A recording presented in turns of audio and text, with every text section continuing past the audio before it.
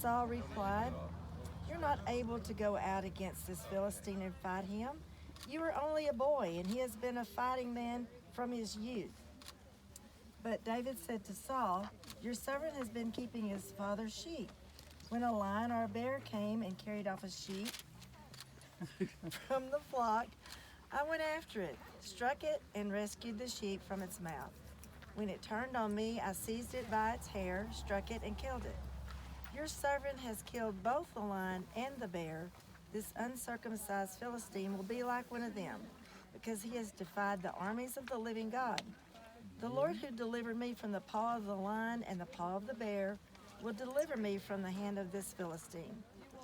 Saul said to David, "Go, and the Lord be with you." Then Saul dressed David in his own tunic. He put a coat of armor on him and a bronze helmet on his head.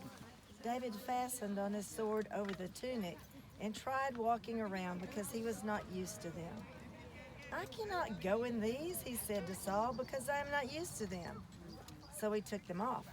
Then he took his staff in his hand, chose 5 smooth stones from the stream, put them in the pouch of his shepherd's bag, and with his sling in his hand approached the Philistine.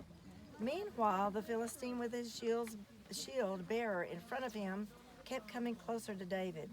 He looked David over and saw that he was only a boy, ruddy and handsome, and he despised him. He said to David, "Am I a dog that you come at me with sticks?" And the Philistine cursed David by his gods. "Come here," he said, "and I'll give your flesh to the birds of the air and the beasts of the field." David said to the Philistine, "You come against me with a sword and spear and javelin, but I come against you in the name of the Lord Almighty, the God of the armies of Israel, whom you have defied. This day the Lord will hand you over to me, and I'll strike you down and cut off your head.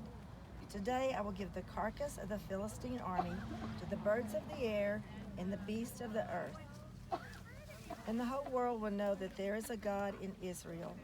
All those gathered here will know that it is not by sword or spear that the Lord saves, for the battle is the Lord's, and he will give all of you into our hands." As the Philistine moved closer to attack him, David ran quickly toward the battle line to meet him.